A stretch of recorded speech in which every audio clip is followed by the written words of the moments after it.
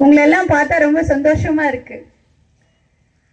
இந்த உலகத்தில் எத்தனையோ பேர் எவ்வளவோ விழாக்களை கொண்டாடுகிறார்கள். என் மாணவர் செல்வங்களோடு சேர்ந்து இந்த விழாவில் பார்க்கும் போது உண்மையிலே ரொம்ப சந்தோஷமா இருக்கு. ஐயா சொன்னாரு, அந்த மான் கொம்பு இல்ல, அது மான் கொம்பா நினைச்சுக்கோங்க. அது உண்மையிலே மான் கொம்பு இல்ல, மான்கள் தான் இந்த ஆட்டத்தையே நடத்தினாங்கன்னா எவ்வளவு பெரிய சந்தோஷம், பெரிய சந்தோஷம் இல்லைங்களா? நம்மெல்லாம் நீங்க சிட்டி மாணவர்களை கம்பேர் பண்ணி பாருங்க. அவங்கள விட 100 மடங்கு எல்லா விதத்திலையும் கெத்து யாருன்னா நம்ம கிராம மக்கள் தான். அதுக்கே ஒரு ஹேண்ட்ஸ் பண்ணுங்க. என்னுடைய மாணவர் செல்வங்கனாலே ஒரு கெத்து தான். அதை விட தனி சிறப்பு இந்த பொங்கல் விழாவை நடத்தி கொண்டிருக்கும் மொடையூர் இந்த மாணவர்களுக்கு ஒரு தனி ஹேண்ட்ஸ் பண்ணுங்க எல்லாரும். எல்லாரும் ஒருத்தர் சொன்னா, எனக்கு ரொம்ப வாழ்க்கையே ரொம்ப கஷ்டமா இருக்கு, எப்படி வாழறதுன்னே தெரியாது, நான் செட்டெல்லாம் இருக்கேன் அப்படின்னு ஃப்ரெண்ட் கிட்ட சொல்லிட்டு இருந்தான். அதுக்கு அவன் சொன்னா, டே பொறு, நீ சாவாத, உன்னை யார் செத்துடுவேன் பாக்குறானோ, உன்னை யார் முன்னேறவே மாட்டான்னு நினைக்கிறானோ அவன் முன்னாடி ஒரு நாள் வாழ்ந்துட்டு செத்து போடு. அதுதான வாழ்க்கை, அதுதான வாழ்க்கை.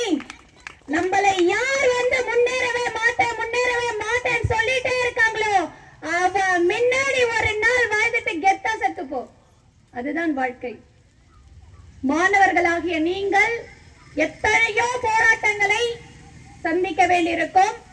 உண்மையிலே சொல்ல போனா பெரிய பெரிய சிபிஎஸ்இல பெரிய பெரிய ஸ்கூல்ஸ் கான்வென்ட்ல படிக்கிற பிள்ளைங்களுக்கு இல்லாத திறமை என்னுடைய கிராமப்புற மாணவ செல்வங்களுக்கு இருக்கின்றது. தமிழ்நாட்டை கம்பேர் பண்ண வேற எந்த நாடும் கெத்தில்லைங்க. அப்ராட்ல நான் இங்கிலீஷ் ஒர்க் பண்ணிருக்கேன், நிறைய மாணவர்களை பார்த்திருக்கேன். ஜஸ்ட் கம்யூனிகேஷன் ஸ்கில்ஸ் மட்டும்தான் அவன் தலை தூக்கி காலரை தூக்கி விட்டுக்கலாம். என்னுடைய மாணவர்கள் எல்லா திறமைகளிலும் காலரை தூக்கி விட்டுட்டு போயிட்டே இருப்பாங்க. இதுதான் என்னுடைய தமிழ்நாட்டு மாணவர்கள். உங்களுடைய திறமைகள் நம்மளுடைய திறமைகளை வளர விடுவதில்லை.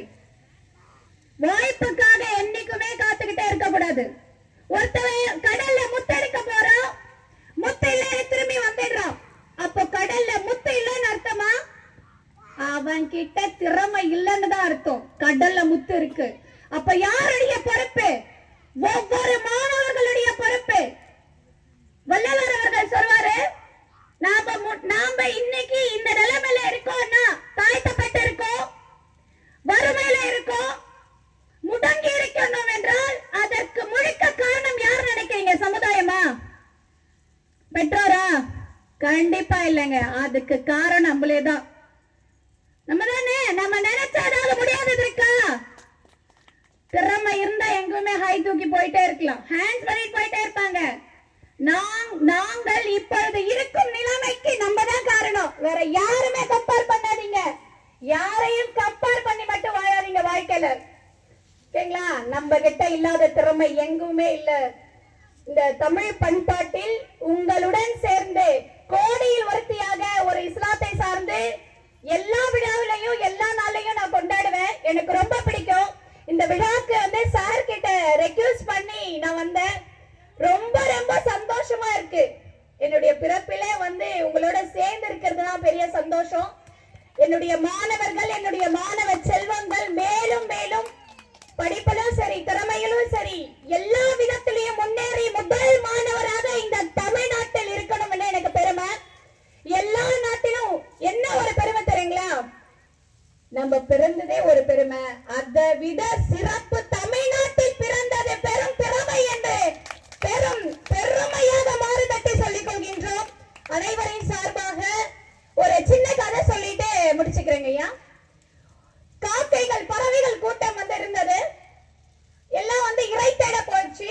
அப்ப இறை தேட போன உடனே மேகங்கள் எல்லாம் சூழ்ந்து கொண்டது, காற்றெல்லாம் அடிக்குது. காற்று அடிக்கும் போது மழை வர மாதிரி சூழ்நிலை. அப்போ எல்லா காகமும் கூட்டுக்கு திரும்ப வந்துடுச்சு. மழை பெய்யுது, போக முடியாது அப்படின்னு சொல்லிட்டு. ஆனா அதுல பருந்து அது மட்டும் பறந்துட்டே இருக்கு. அதுக்கு எல்லா பறவைகளும் கேலி செய்து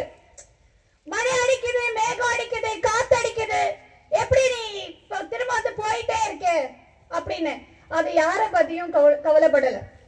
அது எங்க மேலே நோக்கி போய்கொண்டே இருக்கின்றது. தூற்றுவார்கள், தூற்றட்டும். இவ இப்படிதான், இவ அப்படிதான், இவ முன்னேற மாட்டா. தூற்றுவார்கள், தூற்றட்டும். எதை பத்தியுமே காதுல வாங்க கூடாது. முன்னேறிக்கொண்டே அந்த கழுகு அந்த மேக கூட்டத்துக்கு மேல போயிடுச்சு. மேக கூட்டத்துக்கு மேல போன மழை வருமா?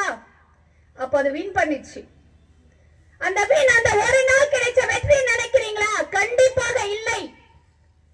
அது நீண்ட நாட்களாக அதனுடைய திறமையும் அதனுடைய வலிமை அனைத்தையும் அதனுடைய இறகுகளை இறுக்கிக் கொண்டு அந்த ஒரு நாளில் கண்டிப்பாக அந்த ஒரு நாள் உங்களுக்கு வாய்ப்பு கிடைக்கும். அந்த ஒரு நாளில் அது வெற்றி பெற்றது. எல்லா காக்கை கூட்டம் யாரு சொல்ல தெரியுங்களா? நம்மள யார் முன்னேற மாட்டான்னு நினைக்கிறாங்களோ அவங்களதான் சொல்றேன். அந்த நினைக்கிற அவங்களுடைய லட்சியத்தை தூக்கி போட்டு அந்த லட்சியத்தை அடைந்து விட்டது. இப்படிதான் நம்ம இருக்கணும்.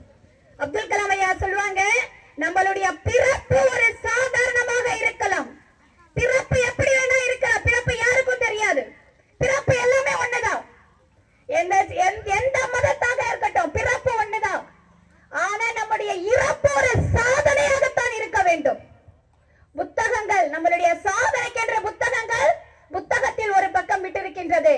அதை நிரப்ப வேண்டியதும் நிரப்பாமல் இருக்க வேண்டியதும் ஒவ்வொரு மாணவர்களுடைய கடமை என்று சொல்லி இந்த நேரத்தில் எனக்கு வாய்ப்பு கொடுத்த அனைவருக்கும் நன்றி கூறி, ஐயா அவர்களுக்கும் தலைமையேற்றுள்ள அனைவருக்கும் நன்றி கூறி விடைபெறுகின்றேன். இனிய பொங்கல் நல்வாழ்த்துக்கள். வாழ்க வளமுடன்.